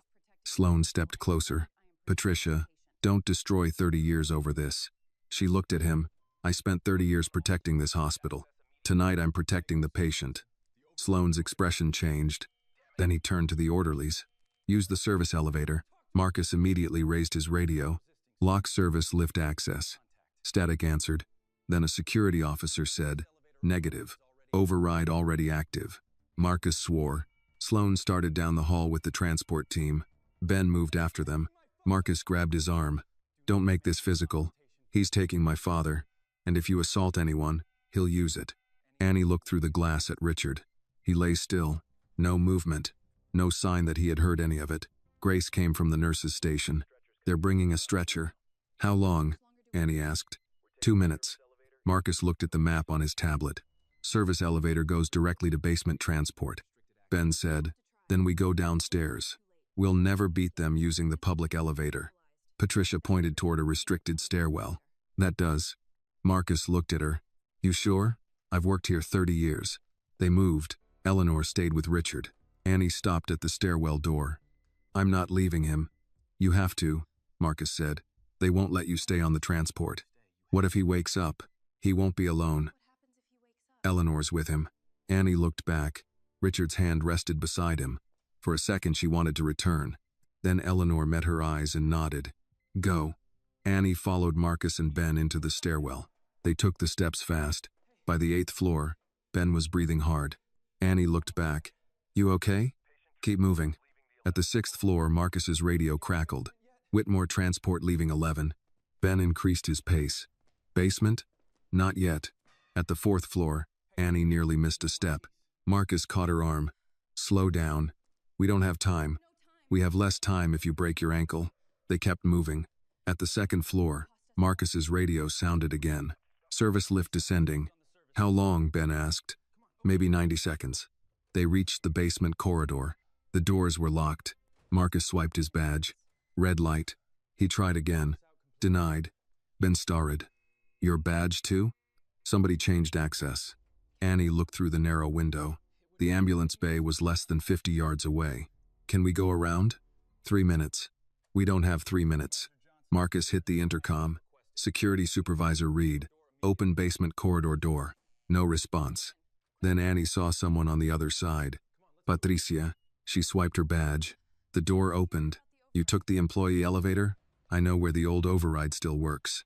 They ran. At the ambulance bay, a private medical transport vehicle was already waiting. Richard had not arrived yet. Marcus went straight to the driver. Do not load that patient until I clear you. The driver showed him paperwork. I have authorization. You have disputed authorization. Not my problem. It becomes your problem if you transport a patient under an active coercion review. The driver hesitated. That was all Marcus needed. Ben called Dr. Hale. Where are you? 5 minutes out. We don't have 5 minutes. Then make them wait. Ben looked at Marcus. Can we? Marcus said, maybe. The service elevator opened. Eleanor emerged first. Behind her came Richard on the stretcher. 2 orderlies. The transport nurse and Sloane. Annie moved forward. Sloane pointed at her. She is not authorized to be here. Marcus stepped between them. She's in a public transfer area. This is not public. Then call security. Sloane stared at him. Marcus did not move. Eleanor walked directly to Annie. He didn't respond upstairs. Annie looked at Richard. Was he medicated? No. That worried her. Ben moved beside the stretcher. Dad. Nothing. Sloane said. We are done with this. A second administrator entered the bay. Mr. Whitmore is leaving. Patricia crossed her arms. Independent review hasn't happened. It isn't required. Eleanor held up the trust document. It is under this clause. The administrator barely looked at it. Legal has already challenged authenticity. Sloane said. Exactly. Annie understood the pattern. Every time they produced something, Sloane attacked the source.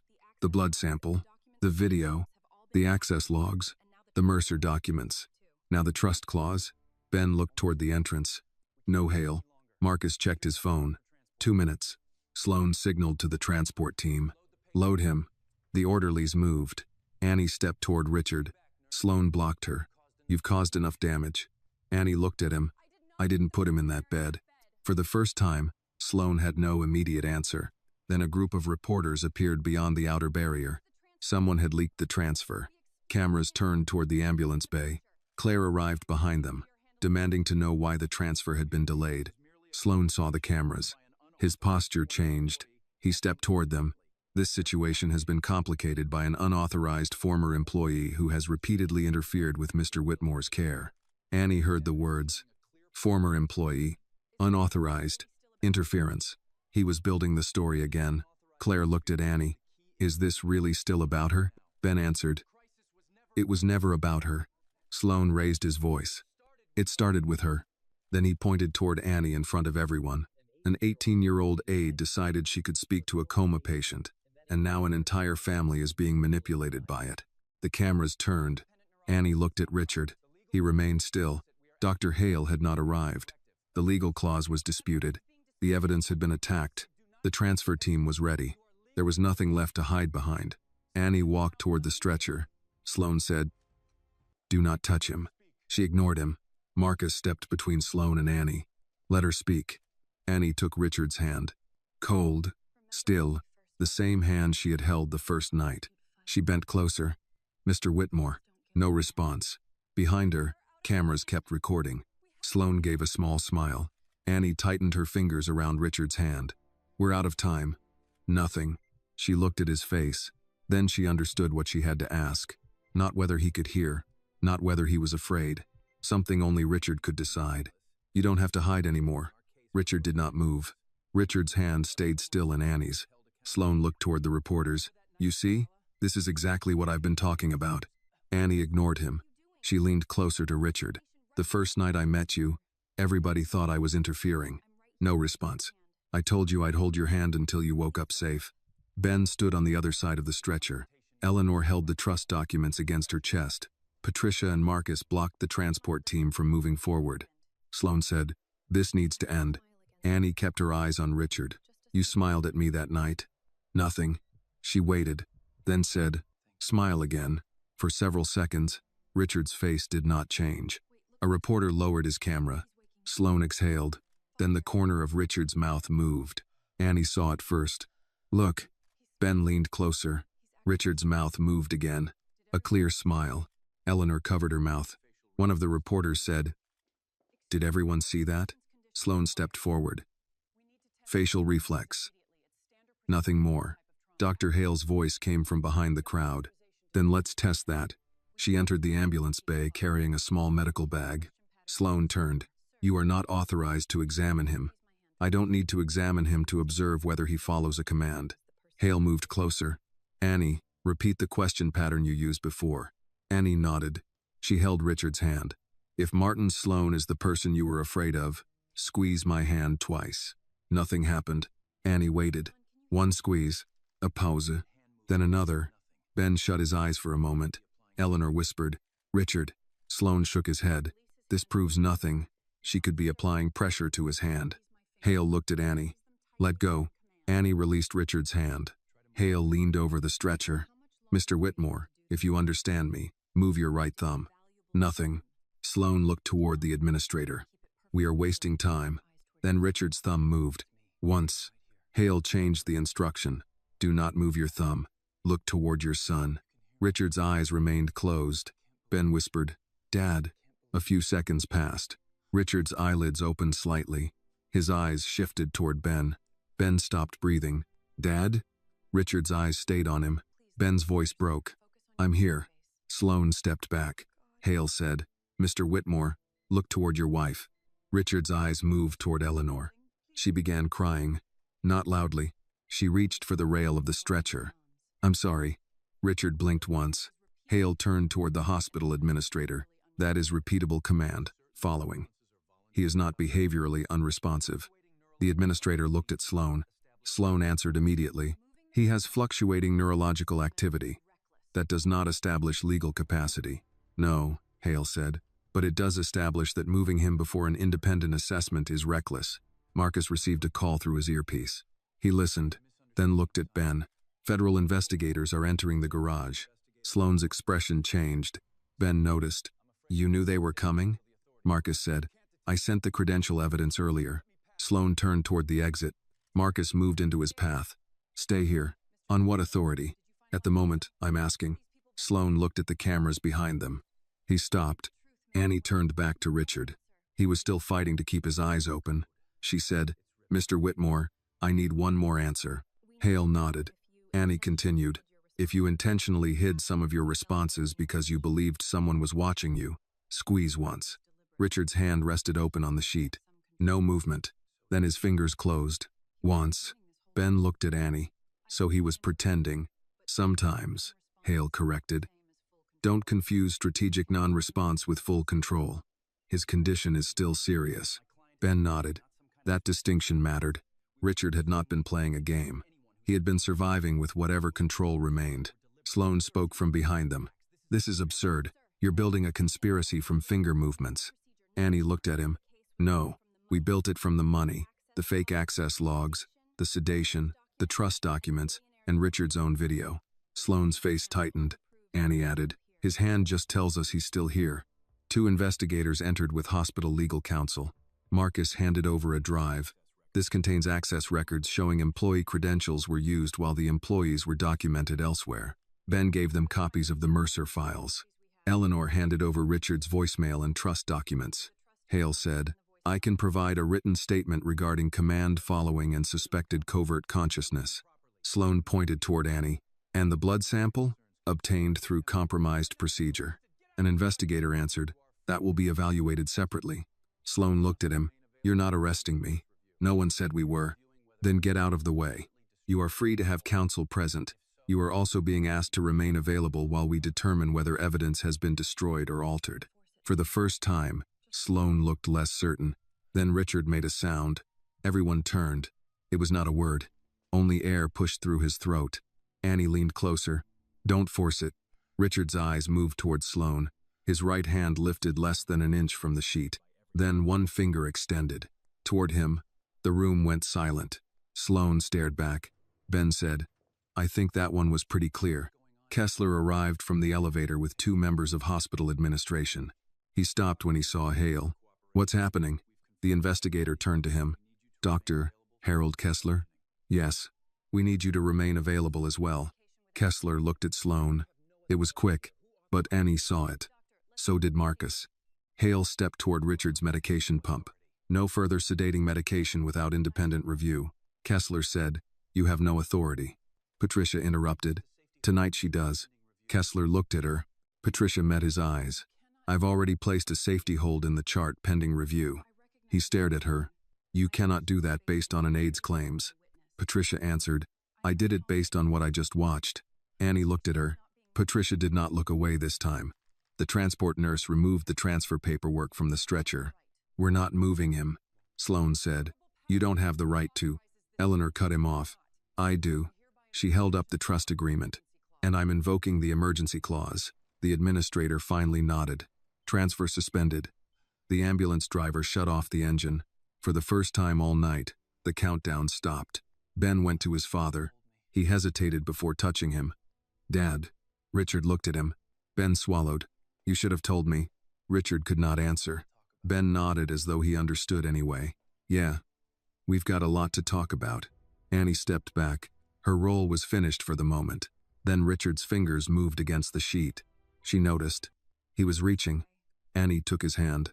Richard squeezed once. She smiled. "You're safe for tonight." His eyes stayed on her, then slowly closed. This time nobody called it a coma. Nobody called it a reflex. And nobody in that ambulance bay could pretend Annie Carter had imagined him. 1 week later, Richard Whitmore was awake for several hours at a time. He still could not speak clearly. Most communication came through an eye-board and shorthand movements. Dr. Rebecca Hale had taken over the independent neurological review, while a new hospital team handled his daily care. Annie stood near the foot of his bed during her first approved visit since the transfer had been stopped. Richard looked thinner. Ben sat beside him with a tablet. "He's been asking for you," Ben said. Annie looked at Richard. "You could have picked somebody less complicated." Richard's mouth moved. Ben laughed. "I think that was supposed to be a smile." Annie stepped closer. A letterboard rested on Richard's lap. Hale had explained how it worked.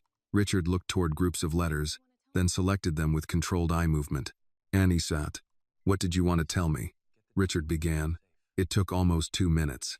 Ben read the words as they appeared. "You were the first one I trusted." Annie looked at Richard. "Why?" He started again. "You spoke to me." A pause. "Not about me." Annie lowered her eyes for a moment. During those first nights, doctors had discussed scans over Richard's body.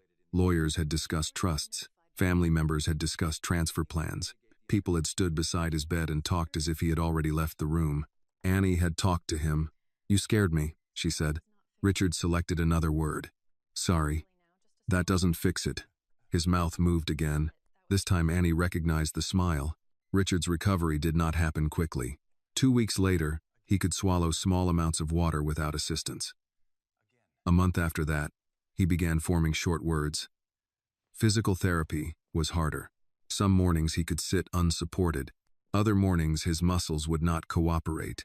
When frustration took over, he pushed therapists away. One afternoon Annie visited after class and found a therapy walker beside the bed. Richard looked angry. How many? She asked. He managed the answer himself. 3. 3 what? Steps. That's good. Yesterday. 5. Annie said down. So? Richard frowned. So worse. No. Different day. He looked at her. Annie shrugged. My grandma says if you judge your whole life by your worst Tuesday, nobody gets anywhere. Richard stared at her for a second, then laughed once. The sound was rough, but real. Ben started visiting almost every day. At first, father and son talked about easy things. Therapy schedules, company updates, food Richard hated. They avoided the years between them.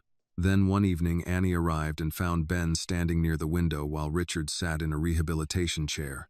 Neither looked comfortable. Annie stopped. I can come back. Ben shook his head. No, stay. Richard looked at his son. Speech still required effort. Ben spoke first.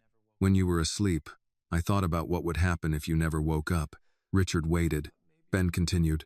I thought maybe I'd finally stop disappointing you. Richard's face changed. Ben looked down. I know that sounds terrible. Richard took several seconds before answering. I made you believe. Love had to be earned. Ben looked at him. Richard continued. I was wrong. Ben rubbed his eyes. You missed a lot. I know. You can't fix 25 years because you almost died. I know. Ben nodded, then pulled a chair closer to the bed. I can stay 20 minutes. Richard almost smiled. Ben stayed 2 hours. Outside the hospital, the investigations expanded. Federal investigators seized records connected to several shell companies identified in Richard's audit. Marcus provided access logs showing employee credentials had been used from locations where those employees could not have been present. The manipulated evidence against Annie became part of the obstruction inquiry. Dr. Kessler was removed from clinical duties while medical regulators reviewed his treatment of Richard and his financial connections to consulting firms tied to Sloan. Martin Sloan denied wrongdoing. His attorneys described the allegations as misunderstandings created by corporate disputes and incomplete medical records. But the financial audit continued. So did the criminal investigation. Several months later, prosecutors announced charges involving fraud, conspiracy, obstruction, and financial misconduct. Additional medical-related charges remained under review. Annie watched the announcement from Lillian's kitchen. Lillian turned down the television. You happy? Annie thought about it. I don't know. That's probably healthy. I thought it would feel bigger. Justice usually looks bigger before you get it. Annie looked at her grandmother. What's that supposed to mean? It means a courtroom doesn't give you back the nights you lost. Lillian returned to cutting green beans. But it can stop somebody from taking nights from the next person. At Street Gabriel, Patricia Voss testified during the hospital's internal investigation. She did not receive the administrative promotion she had worked toward. When asked why she had ignored Annie's observations, Patricia answered without blaming anyone else. I followed policy so closely that I stopped asking who the policy was protecting. The statement became part of the hospital review. Marcus also testified. He admitted he had assumed Annie might be seeking money or attention before completing the security investigation. Afterward, he found Annie near the cafeteria. I owe you another apology. You already gave me one. This one's on the record. Annie Smille. That makes it more expensive? Much. Street Gabriel restored Annie's training status and scholarship eligibility. The administration offered a public apology and invited her back. Annie accepted, but not immediately. At the meeting, one administrator said, "We want to make this right." Annie looked across the table. Then don't make it about me. What do you mean? The next aide who notices something shouldn't need a billionaire's son, an outside neurologist, and federal investigators before anybody listens. The room became quiet. Annie proposed a formal escalation process for repeated signs of patient responsiveness reported by aides, nurses, or caregivers. Dr. Hale helped write the medical criteria. Patricia helped revise the nursing procedure. Marcus added protections for staff reporting concerns. Months later, Street Gabriel approved the Carter Response Protocol. Annie did not ask for her name to be attached to it. Lillian liked that it was anyway. Richard's progress continued. He learned to stand with support, then with a walker, then, one afternoon, with a cane. Annie watched from the rehabilitation room doorway as he took 6 slow steps. Richard reached the chair and sat down. He looked at her. 6. Annie nodded. Yesterday? Four. So today's not your worst Tuesday. Richard smiled. For the first time since Annie had met him, he looked less like a man surviving something. He looked like a man returning to his life. But this time, he was returning to it differently. A year after the night in the ambulance bay, Annie Carter entered the hearing room wearing a navy suit Lillian had helped her choose. "You look fine," Lillian said. "You've said that 6 times.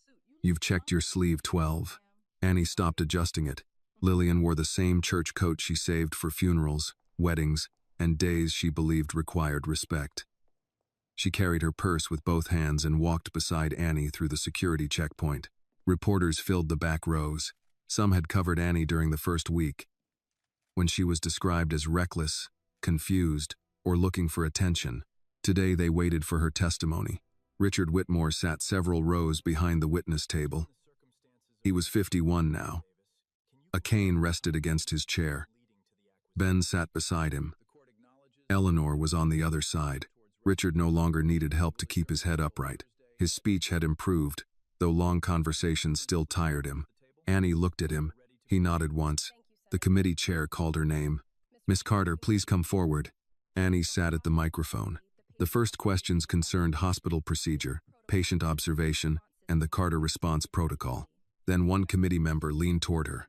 "Miss Carter, you were 18 years old at the time. You had no medical license. What made you believe Mr. Whitmore could hear you when experienced physicians believed otherwise?" Annie looked toward Richard, then back at the committee. "Because I talked to him like he was still a person." The room went quiet.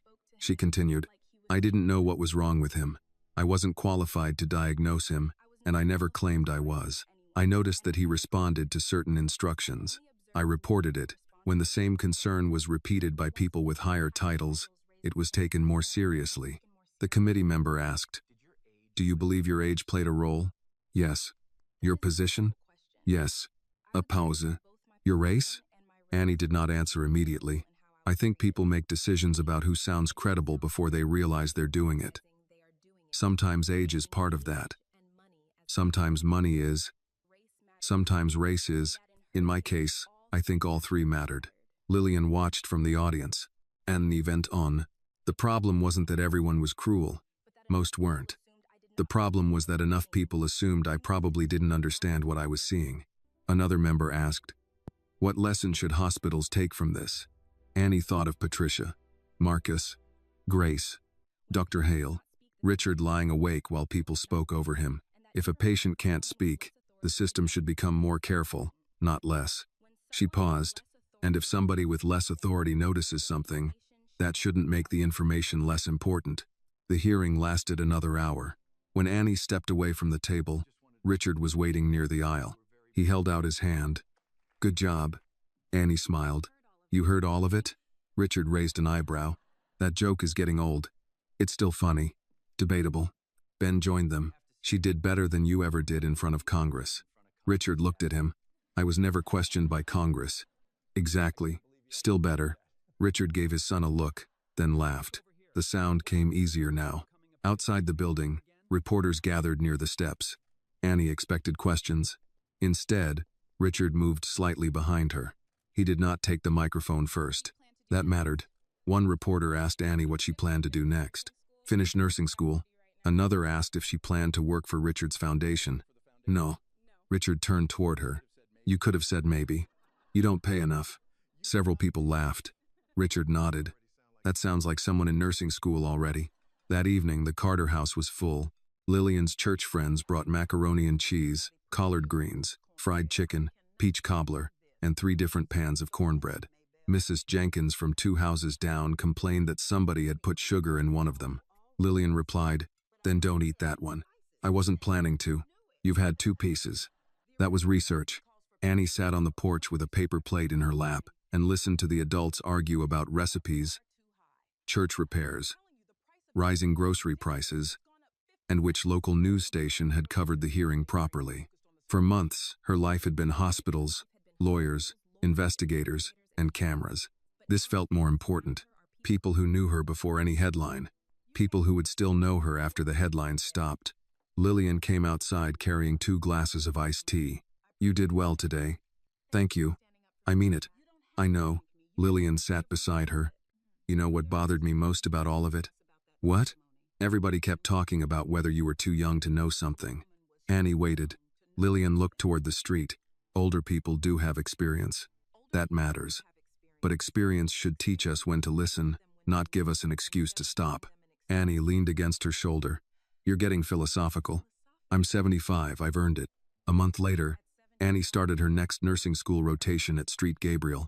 The first day she passed the nurses' station and saw the Carter response protocol posted beside the neurological escalation guide. She stopped for a moment. Patricia came up behind her. You going to stare at that all day? I was thinking. Dangerous habit. Annie looked at her. Patricia smiled. Go, your patient's waiting.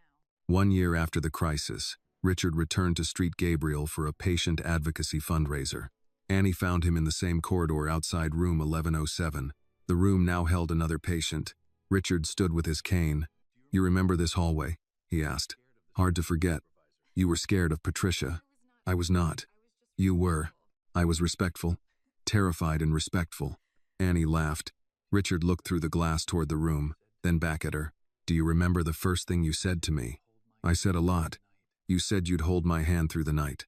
And you'd wake up safe. You left out the part where everyone thought you were interfering. I was trying to forget that part. Richard nodded. Then his expression changed. I heard everything. Annie looked at him. Everything? That first night. The alarms. Patricia yelling. You arguing about the IV. You heard that? Yes. And when I talked to you afterward? Yes. Anya started. Even when you didn't answer? Richard nodded. Especially then. She looked away for a second. I thought maybe I was talking to myself half the time. You weren't. Richard held out his hand. A year earlier, Annie had taken that hand because no one knew whether the man attached to it could understand her. Now Richard offered it first. Annie took it. They walked down the corridor together, slowly enough for his cane, past the rooms where nurses spoke to patients who could answer and patients who could not. The world had almost decided Richard Whitmore's silence meant he was no longer part of the conversation. It had almost decided Annie Carter's age, race, and job title meant her voice mattered less. Both judgments had been wrong. Truth had not arrived through the most powerful person in the building.